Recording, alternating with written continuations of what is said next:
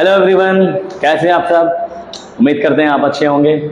आज बहुत दिनों के बाद ये वीडियो मैं बना रहा हूँ। कुछ इश्यू की वजह से मैं आ नहीं पा रहा था। लास्ट टाइम हम लोगों ने क्या पढ़ा था, 6.1 एक्सरसाइज हमने कंप्लीट किया था लाइंस एंड एंगल्स में। आज हम पढ़ने वाले हैं लाइंस एंड एंगल का 6.2 एक्सरसाइज। आज इसे हम बिल्कुल पूरी तरह फिनिश कर देंगे। इसमें टोटल 5 क्वेश्चन हैं और बहुत ही अच्छे तरीके से फटाफट हम 5 क्वेश्चन को देखेंगे, आज से सॉल्व करेंगे। ठीक है, तो आप क्या तैयार हैं? तो आइए हम सब मिलकर 6.2 को आज हम फिनिश करते हैं। ठीक है, तो आइए देखते हैं। पहला क्वेश्चन दिया हुआ है in figure, if A B parallel to C D, यानी ए बी जो पैरेलल है वो हमारा सी डी के पैरेलल है, and comma C D parallel to C D parallel to E N, and Y ratio Z जो हमारा दिया हुआ है 3:7 दिया हुआ है। हमसे बोला गया फाइंड एक्स, एक्स की वैल्यू हमें फाइंड करनी है। क्लियर है? तो देखिए, सबसे पहले जो रेशियो में दिए जाते हैं उसको हमें क्या लेट करना होता है, लेट कर लेते हैं। रेशियो वैल्यूज को कोई ना कोई लेट करना होता है। लेट कर लेंगे हम, लेट y इक्वल टू, इस y को इक्वल टू क्या है, 3 रेशियो है तो 3a मान लेंगे। ठीक है, x y नहीं मान सकते क्योंकि ऑलरेडी x y इसमें दिया हुआ है, तो y equal to 3a and z equal to हम क्या लेट कर लेंगे, 7a। ठीक है, क्या किया है मैंने, बिल्कुल सिंपल सा, y इक्वल टू हमने 3a लेट कर दिया है और z इक्वल टू हमने 7a लेट कर लिया है।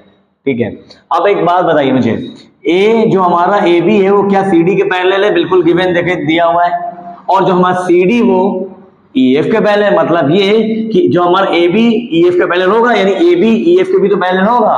अगर ab ef के पैरेलल है तो बताइए क्या x और z, ये देखिए ध्यान से देखिए, क्या x और z क्या ऑल्टरनेट इंटीरियर एंगल नहीं है, ऑल्टरनेट इंटीरियर एंगल इक्वल नहीं है। देखिए ध्यान से, तो ये एक पैरेलल लाइन पर जब एक ट्रांसवर्सल लाइन ऐसे आती है तो इस इंटीरियर एंगल पे बनने वाला जो ऑल्टरनेट एंगल्स होते हैं वो एक दूसरे के इक्वल होंगे।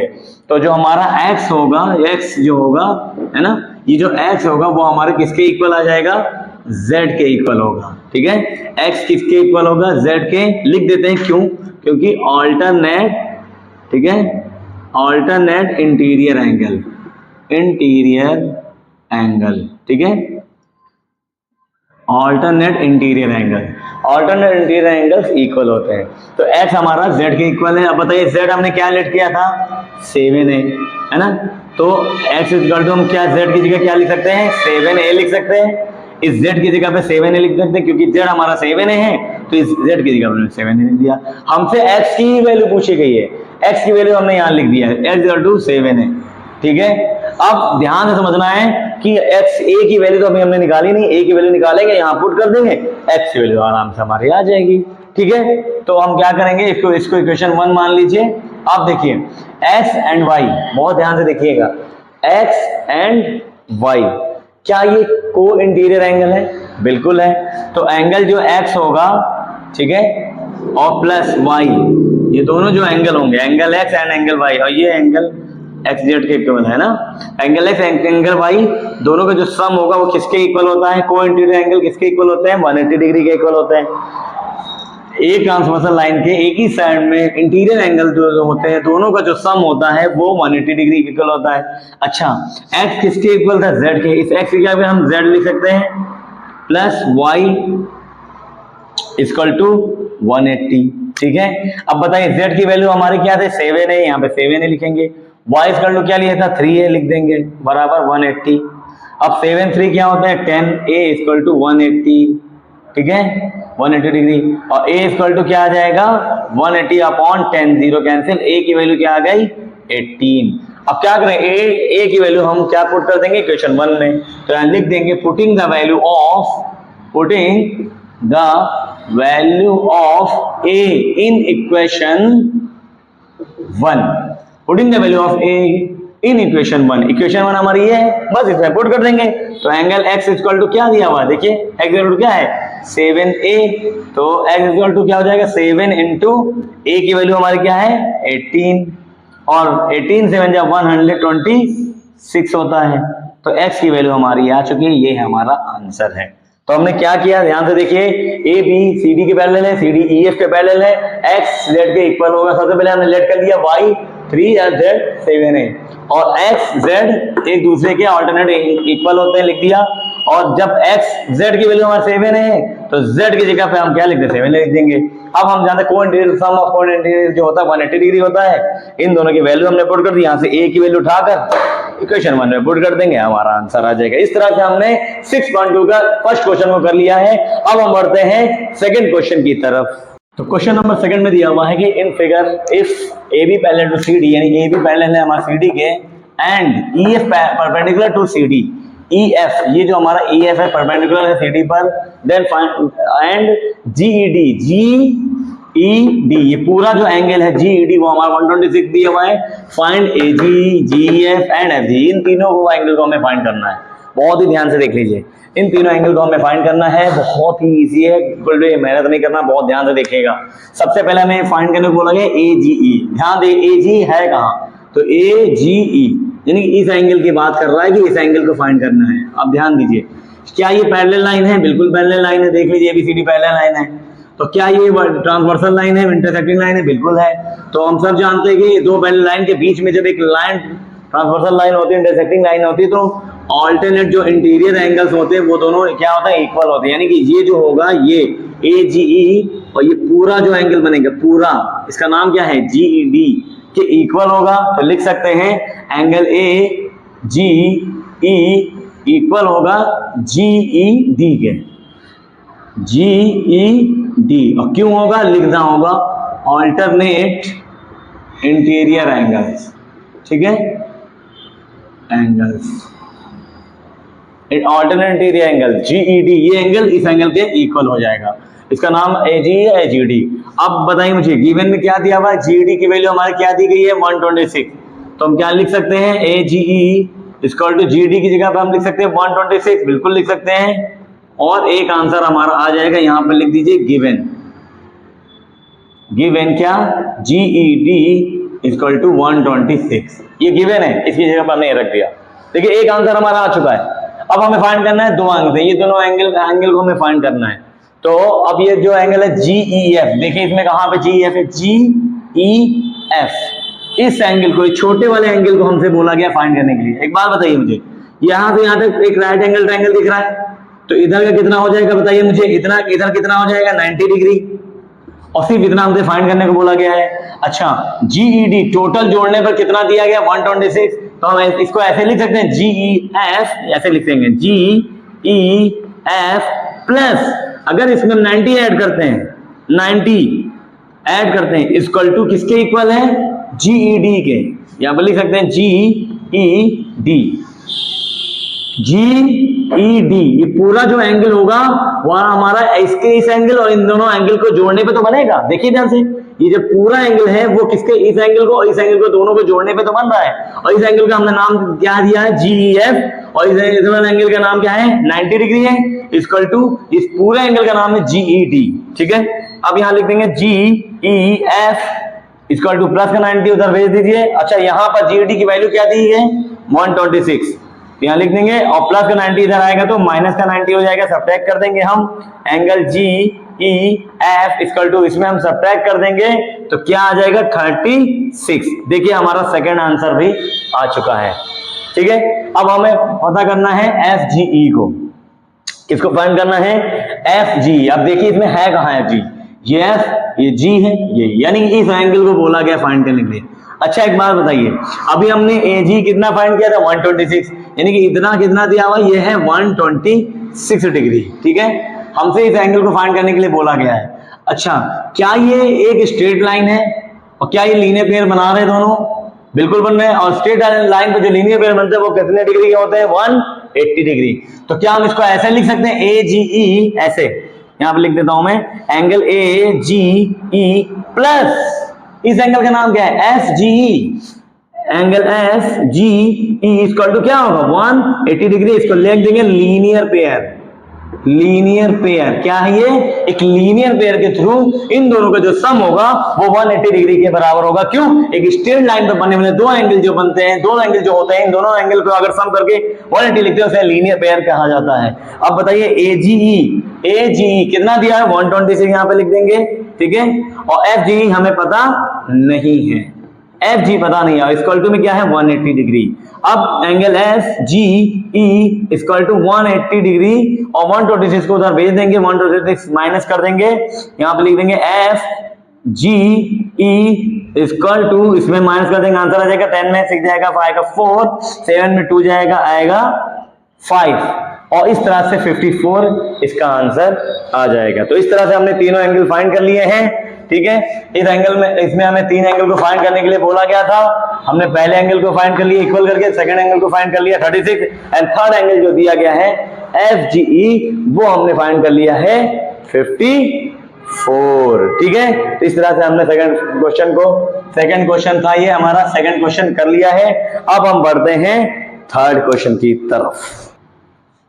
तो आइए हम क्वेश्चन करते हैं क्वेश्चन नंबर थर्ड को, फर्स्ट और सेकंड कर लिया हमने, क्वेश्चन नंबर सेकंड में पढ़ते हैं। लिखा हुआ in figure if P Q parallel to S T, P Q and S T दोनों क्या है, पैरेलल है। Angle P Q R, angle जो हमारा पी क्यू आर 110 दिया हुआ है एंड आर एस टी हमारा 130 डिग्री। हमसे बोला गया क्यू आर एस फाइंड करने के लिए, क्यू आर एस ये वाला एंगल हमको फाइंड करना है, क्यू आर एस, ठीक है। तो हम लोग ड्रॉ कर लेंगे, क्या आर से होता हुआ कोई भी एक लाइन ड्रॉ कर लेंगे, तो लिख देंगे ड्रॉ, ठीक है, draw A B line parallel to P Q and S T and P Q के एक पैरेलल हम एक लाइन को ड्रॉ कर लेंगे, ठीक है, एंड एस टी यहाँ लिख देता हूँ। अब देखिए पी क्यू एस टी हमारा दिया हुआ है, इसके पैरेलल एक हम लाइन को ड्रॉ करेंगे बिल्कुल स्ट्रेट, ठीक है, ठीक, एक हमने लाइन को ड्रॉ कर लिया है, इसका नाम क्या दे दिया हमने ए एंड बी, ठीक है। अब देखिए जैसे हम इसको पहले लाइन ड्रॉ करेंगे, यहाँ पे एक एंगल बनेगा, फिर यहाँ भी एक एंगल बनेगा, इस एंगल का नाम हम दे सकते हैं ए, इस एंगल का नाम हम क्या देंगे बी, क्लियर है। और बहुत ही ध्यान से देखिएगा ये दोनों पैरेलल लाइन है, अगर ये दोनों पैरेलल लाइन है तो ये दोनों एंगल जो बनेंगे हमारे को इंटीरियर कहलाएंगे। इंटीरियर एंगल क्या है, एक लाइन से बनता हुआ दो पैरेलल लाइन के बीच में बनने वाले जो एंगल्स हैं को इंटीरियर होते हैं, और इन दोनों को इंटीरियर का जो सम होगा वो क्या कहलाएगा, ए प्लस 110 वो किसके इक्वल होता है 180 के, यहाँ लिख सकते हैं को इंटीरियर एंगल, को इंटीरियर एंगल, ठीक है। को इंटीरियर एंगल के थ्रू क्या हो जाएगा a plus 110 equal to 180 degree. अब बताइए a की वैल्यू क्या आ जाएगी 110, 80 ऐसे रहेगा, 110 प्लस का है तो उधर भेज देंगे 110 और सब्ट्रैक्ट कर देंगे तो a की वैल्यू हमारी क्या आ जाएगी 70, a की वैल्यू हमारी क्या आ गई है 70। सेम प्रोसेस हम इसमें करने वाले हैं, देखिए ये एक पैरेलल लाइन है, ये भी पैरेलल लाइन है, तो क्या होगा b प्लस 130 क्या बन जाएंगे, angle b plus 130 equal to क्या होगा 180 डिग्री। इसको क्या नाम देंगे, को वही सेम को इंटीरियर एंगल, ठीक है, को इंटीरियर एंगल, पहले लाइन के बीच में बनने वाले दोनों एंगल को इंटीरियर एंगल कहलाते हैं, ठीक है। अब क्या करेंगे b इक्वल टू 180 यही रहेगा, 130 उधर भेज देंगे तो क्या हो जाएगा बताइए, माइनस का प्लस का 130 है, इधर आते ही राइट साइड में आते ही क्या हो जाएगा माइनस का, सब्ट्रैक्ट कर देंगे तो एंगल जो हमारा b का आ जाएगा वो आएगा 50 डिग्री, क्लियर है। a की वैल्यू हमारी आ चुकी है, b की वैल्यू आ चुकी है, हमसे किसके कौन सा एंगल बोला गया था फाइंड करने के लिए, हमसे बोला गया था angle Q R S find करने के लिए। तो हम लिख देंगे यहां पर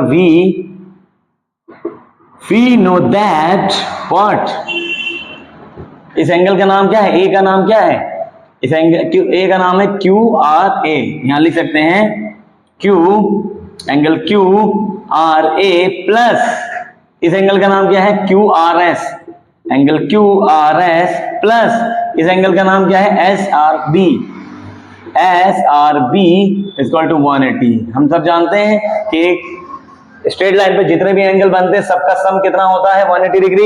एक स्ट्रेट लाइन है, इस पे बनने वाला जो ए है इसका नाम क्या था क्यू आर है ना, क्यू आर ए प्लस इसका नाम है क्यू आर एस, ये एंगल, फिर ये एंगल ये इसका नाम है एस आर बी, इन तीनों एंगल का सम कितना होगा, तीनों एंगल का सम कितना होगा 180 डिग्री। अब क्यू आर ए हमारा क्या है ए है ना, क्यू आर एस हमें नहीं पता है और क्यू एस आर बी हमारे बी दी हुई है 180 डिग्री, ऐसे नोट कर देंगे। ए की वैल्यू हमारी क्या दी गई थी वो हम पुट कर देंगे, ए की वैल्यू हमारी दी गई है 70 डिग्री, ए की वैल्यू हमारी क्या दी गई है 70, यहाँ पे हम 70 डिग्री लिखेंगे plus angle Q R S plus B की वैल्यू हमारी क्या दी गई 50 डिग्री, इस बी की जगह पे हम क्या लिख देंगे 50 डिग्री इक्वल टू क्या आ जाएगा 180 degree, angle Q R S equal to क्या है 180 है ना, 70 और 50 कितना होता है 120, 120 प्लस का है राइट साइड में भेजेंगे तो 120 माइनस का हो जाएगा, इसको सब्ट्रैक्ट कर दीजिए तो क्यू आर एस हमारा क्या आ जाएगा 60 डिग्री। और इस तरह से ये हमारा आंसर आ गया है। इस तरह से हमने क्वेश्चन नंबर 3 को बिल्कुल पूरी तरह से कंप्लीट कर लिया है। अब हम बढ़ते हैं क्वेश्चन नंबर 4 की तरफ। तो आइए हम करते हैं क्वेश्चन नंबर 4 को। क्वेश्चन नंबर 4 बहुत ही इजी क्वेश्चन है, बहुत ध्यान से देखिएगा। हमसे बोला गया है कि पहले दिया इसमें क्या गया है इसे समझते हैं। सबसे पहले बोला गया है ए बी, जो हमारा ए बी लाइन है वो पैरेलल है सी डी के पैरेलल है। ए पी क्यू है ना, ए पी क्यू हमारा क्या है 50 डिग्री दी गई है, ठीक है। एंड पी आर डी, जो हमारा पी आर डी ये दिया हुआ है 127 डिग्री, ठीक है। हमसे फाइंड करने के लिए क्या बोला गया एक्स और वाई, एक्स और वाई की वैल्यू को फाइंड करना है। बहुत ही इजी है, देखिए ध्यान देखिए ए बी और सी डी क्या पैरेलल है, गिवन है पैरेलल है और पैरेलल है तो इस पे जो एक लाइन ये आ रही है हमारी इंटरसेक्टिंग जो लाइन है ट्रांसवर्सल लाइन है, इस पे एक एंगल ये 50 बन रहा है, देखिए इस तरफ क्या एक्स बन रहा है, तो ये दोनों एक दूसरे के क्या होंगे ऑल्टरनेट इंटीरियर एंगल इक्वल होते हैं। ऑल्टरनेट एंगल इक्वल हो जाएंगे तो इसका नाम क्या लिखेंगे, इसको हम डायरेक्टली लिख सकते हैं, इसका नाम क्या है A P A Q R, ऐसे लिखेंगे angle P Q are equal होगा ए पी क्यू के, एंगल ए पी क्यू के, और यहां लिख देंगे alternate interior angle. Alternate interior angle के थ्रू ये दोनों एंगल एक दूसरे के इक्वल होंगे। इसकी वैल्यू क्या है एक्स, पी क्यू आर हमारा क्या है पी क्यू आर हमारा क्या है एक्स, और ए पी क्यू हमारा क्या है 50 डिग्री। इसकी जगह पर हम रख देंगे 50 डिग्री, लीजिए एक आंसर खत्म, 2 लाइन में। Find X and Y, X और वाई को फाइंड करना, हमने एक्स फाइंड कर दिया, देखिए कैसे, दोनों पैरेलल लाइन थे और ये दोनों अल्टरनेट इंटीरियर एंगल बना रहे थे, दोनों एक दूसरे के इक्वल हो गए, खत्म। अब हमें फाइंड करना है y की वैल्यू को। अब यहाँ पे ध्यान दीजिए, जैसे ये ऑल्टरनेट एंगल इक्वल हो गया, सेम ये भी तो ऑल्टरनेट इंटीरियर एंगल इक्वल होगा, कैसे, बस यहाँ ध्यान देना है, सिर्फ इतना ही नहीं होगा क्योंकि ये इस पैरेलल लाइन ये है ना, तो पूरा एंगल जो बनेगा ये जो पूरा एंगल होगा इस पूरे एंगल के इक्वल होगा। यहां गलती मत करिएगा कि y इक्वल टू 127 लिख देंगे, ये गलती मत करना, क्योंकि ध्यान दीजिए ये जो है y सिर्फ यहां तक बना हुआ है, पूरा जब बनेगा पैरेलल लाइन को टच करता होगा तब ये पैरेलल लाइन को टच कर रहा है, इधर भी देखिए पैरेलल लाइन को टच कर रहा है, इसलिए ये पूरा जो एंगल होगा वो हमारा 127 डिग्री के इक्वल होगा। इसको हम लिख सकते हैं 50 प्लस वाई, ऐसे लिख सकते हैं 50 degree plus Y equal to, इसका नाम क्या है P R D, angle P R D. क्यों दोनों इक्वल हो गए, यहां लिखना होगा ऑल्टरनेट इंटीरियर एंगल, ठीक है। ऑल्टरनेट इंटीरियर एंगल के थ्रू ये पूरा एंगल इस पूरे एंगल के जिसका नाम पी आर डी उसके इक्वल होगा। अब 50 यहीं लिखेंगे plus Y, P R D हमारा कितना दिया हुआ बताइए, पी आर डी हमारा कितना है 127 डिग्री, 127 डिग्री, 50 उधर भेज देंगे है ना, प्लस लेफ्ट में उधर जाएगा राइट में, तो क्या हो जाएगा माइनस का 50, सब्ट्रैक्ट कर दीजिए y की वैल्यू जो आएगी इसको सब्ट्रैक्ट कर देंगे फटाफट, 7 जाएगा 7, 12 में से 5 जाएगा 7 ना, तो 77 डिग्री। तो y की वैल्यू हमारी क्या आ गई 77 डिग्री और x की वैल्यू हमारी क्या आ चुकी है 50 डिग्री। और इस तरह से क्वेश्चन नंबर 4 फिनिश हो गया है। अब हम बढ़ते हैं क्वेश्चन नंबर 5 की तरफ। So everyone, this is the last question. This is the 5th question और ये 6.2 का एक्सरसाइज 6.2 का लास्ट क्वेश्चन है। फटाफट देखिए, बहुत ही बड़ा इसमें दिख रहा होगा, बहुत बड़ा सा क्वेश्चन होगा, बहुत ही आसानी से हम इसे अभी सॉल्व कर देंगे और बहुत टफ नहीं, बहुत ही इजी क्वेश्चन है। बहुत ध्यान से देखिए, इसमें बताया क्या गया है, बहुत ध्यान से समझिए। इसमें बोला गया है कि PQ एंड RS दो हमारे मिरर दिए गए हैं, ठीक है, और इन पे एक लाइट रे जो है इस पे आती है, रिफ्लेक्ट होकर इस पे आती है, फिर से रिफ्लेक्ट होकर ऐसे चली जाती है। क्या बताया गया है कि दो मिरर दिए गए PQ एंड RS, दो मिरर है, ठीक है, और इस पे रे आ रही है AB, इस पे टकराती है, रिफ्लेक्ट होती है, फिर यहाँ पर C से रिफ्लेक्ट होकर D से रिफ्लेक्ट होकर जा रही है, ठीक है। अब हमसे बोला गया है कि हमें प्रूफ करना है कि जो हमारा AB है, ये AB और ये रिफ्लेक्ट हो रही है CD, ये दोनों क्या हो पैरेलल, बस इतना प्रूफ करना। क्या प्रूफ करने को बोल रहा है कि AB यानी AB जो है वो CD के पैरेलल हो। तो प्रूफ करने का बिल्कुल सिंपल तरीका, सिर्फ एक ही तरीका है, वो एक तरीका क्या है, हम ये अगर प्रूफ कर दें कि यहाँ पर जो एंगल बनेगा ये पूरा एंगल और ये जो एंगल ये दोनों अगर एक दूसरे के इक्वल हमने प्रूफ कर दिया, अगर इक्वल प्रूफ हो गए तो ये प्रूफ हो जाएगा कि दोनों जो हमारे साइड्स हैं वो दोनों एक दूसरे के पैरेलल होंगे। क्यों? क्योंकि पैरेलल साइड्स में ही दोनों जो एंगल होंगे अल्टरनेट एंगल इक्वल होते हैं और किसी भी साइड में इक्वल नहीं होते।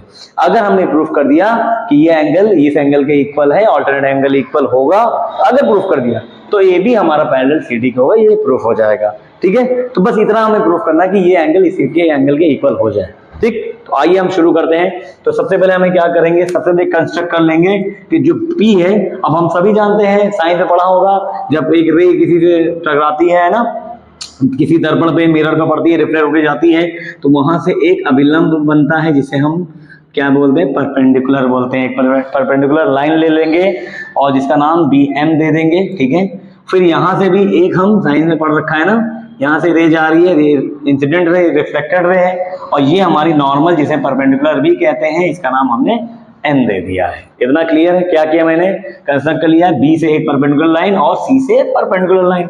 साइंस थोड़ा होगा, this is incident ray, this is reflected ray और दिस इज नॉर्मल रे। ठीक है, अब बताइए इंसिडेंट रे से जो बनने वाला एंगल होगा कौन सा एंगल होता है, I होता है, एंगल I, और रिफ्लेक्टेड रे से बनने वाला एंगल क्या होता है, R होता है, पढ़ा होगा।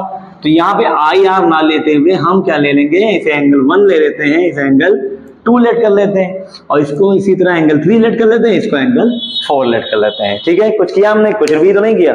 क्या BM में एक परपेंडिकुलर लाइन ड्रॉ किया और CN से एक परपेंडिकुलर लाइन ड्रॉ किया, और जो हमारा इंसिडेंट से बनने वाला एंगल है 1 लिख लिया, इधर 2, इधर 3, इधर 4, इतना किया। तो हम क्या ले लेंगे, इसमें लिख देंगे कंस्ट्रक्ट, लिख देंगे कंस्ट्रक्ट। ठीक है, कंस्ट्रक्ट कर रहे हैं क्या, BM एक लाइन कंस्ट्रक्ट की हमने, किसके परपेंडिकुलर है, किस पे परपेंडिकुलर किया हमने, PQ पर, एंड CN किससे परपेंडिकुलर किया हमने, RS पर। बस एक लाइन हमने ड्रॉ कर दिया, क्लियर। अब देखिए, जब ये लाइन एक दूसरे के परपेंडिकुलर है, ध्यान से देख लीजिए, ये एक दूसरे के, क्योंकि ये स्ट्रेट परपेंडिकुलर लाइन है भाई, देखिए इस पे परपेंडिकुलर है तो ये इस पे परपेंडिकुलर है, तो ये दोनों एक दूसरे के क्या हो जाएंगे, पैरेलल होंगे। कौन से, BM और CN, BM और CN एक दूसरे के क्या होंगे, पैरेलल। इतना क्लियर, बस अब खत्म होने वाला, बहुत ध्यान से देखिए। ठीक है, अब बताइए मुझे, साइंस में पढ़ा होगा आपने कि जो इंसिडेंट एंगल बनता है और रिफ्लेक्शन एंगल बनता है, दोनों एंगल एक दूसरे के इक्वल होते हैं, तो एंगल 1 एंगल 2 पे इक्वल होगा कि नहीं होगा, तो लिख देंगे एंगल 1 इक्वल टू एंगल 2। क्यों, लॉ ऑफ रिफ्लेक्शन, रिफ्लेक्शन पढ़ा होगा, लॉ ऑफ रिफ्लेक्शन साइंस में, कि incident ray and reflected ray दोनों आपस में एक दूसरे के इक्वल होते हैं। सेम हमारा 3 किसके इक्वल होगा, 4 के, सेम एंगल 3 किसके इक्वल होगा, एंगल 4 के। इसको भी वही कहानी, लॉ ऑफ रिफ्लेक्शन। क्लियर। अब बताइए मुझे, BM परपेंडिकुलर CN के है, तो क्या ये ऑल्टरनेट एंगल बन रहा है, एंगल 2 एंगल 3 के इक्वल नहीं होगा, परपेंडिकुलर है तो एंगल 2 3 के इक्वल होगा, तो यहाँ लिखेंगे एंगल 2 इक्वल होगा एंगल 3 के, इसे कहेंगे alternate interior angle, alternate interior angle, इसको हम लेट कर लेंगे ऑल्टरनेट इंटीरियर एंगल, एंगल 2 हमारा एंगल 3 के इक्वल हो जाएगा। इतना क्लियर हो गया है। अब हम ध्यान से देखिए, क्या हमने देखा, हमें एंगल 1 किसके इक्वल है, एंगल 2 के, एंगल 2 किसके इक्वल है, एंगल 3 के, और एंगल 3 इक्वल है एंगल 4 के। सारे एंगल एक दूसरे के क्या है, इक्वल है।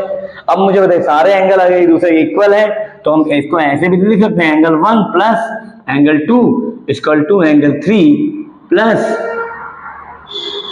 एंगल 4, है ना भाई। देखिए, सब अगर सभी एक दूसरे इक्वल है तो किसी दो एंगल का सम किसी भी दो एंगल के सम के इक्वल होगा कि नहीं होगा, किसी दोनों सम का इक्वल कर दिया। अच्छा, एंगल 1 एंगल 2 कहाँ है, ये इन दोनों का सम, इसका नाम क्या है, PABC, इसका नाम क्या है, एंगल ABC। इन दोनों को ऐड करेंगे तो ABC बनेगा इक्वल टू एंगल 3 प्लस 4 कौन है, 3 प्लस 4 ये है, इसका नाम क्या है, BCD, इसका नाम क्या है, BCD। ये देखिए, दोनों एक दूसरे के इक्वल हो गए। हमने क्या बताया था, ये एंगल इसके इक्वल प्रूफ कर दिया, तो लिख देंगे दीज आर अल्टरनेट एंगल्स। क्या लिखेंगे, दीज आर अल्टरनेट एंगल्स। और ये कब होता है, जब कोई परपेंडिकुलर लाइन हो तो लिख देंगे हैंस प्रूफ क्या हो, हैंस प्रूफ क्या हो गया कि जो हमारा ए बी होगा वो पैरेलल होगा सी डी के, खत्म। ठीक है, बिल्कुल क्लियर। अगर हमने ये एंगल ए बी सी ये प्रूफ कर दिया, बी सी डी इसके एंगल के इक्वल प्रूफ कर दिया, ये दोनों एंगल तभी इक्वल होंगे अगर ये दोनों एक दूसरे के पैरेलल होगी। तो एंगल अगर इक्वल है तो ये दोनों जो एक दूसरे के क्या होंगे, पैरेलल। तो दोस्तों हमने 6.2 का पूरा 5 क्वेश्चन कर डाला है। एक्सरसाइज 6.2 यहीं पे खत्म होती है, चैप्टर 6 भी यहीं पे खत्म होता है। अब हम नेक्स्ट वीडियो में मिलेंगे एक नए चैप्टर के साथ। प्लीज अगर आपको समझ में आया है तो प्लीज लाइक करें, शेयर करें, सब्सक्राइब करें और बहुतों को लोगों को शेयर करिएगा। और अगर कोई टॉपिक पे आप चाहते वीडियो बनाओ प्लीज कमेंट में लिख के भेजिएगा। तब तक हम मिलते हैं नेक्स्ट वीडियो में। अपना ख्याल रखें, बाय बाय, टाटा।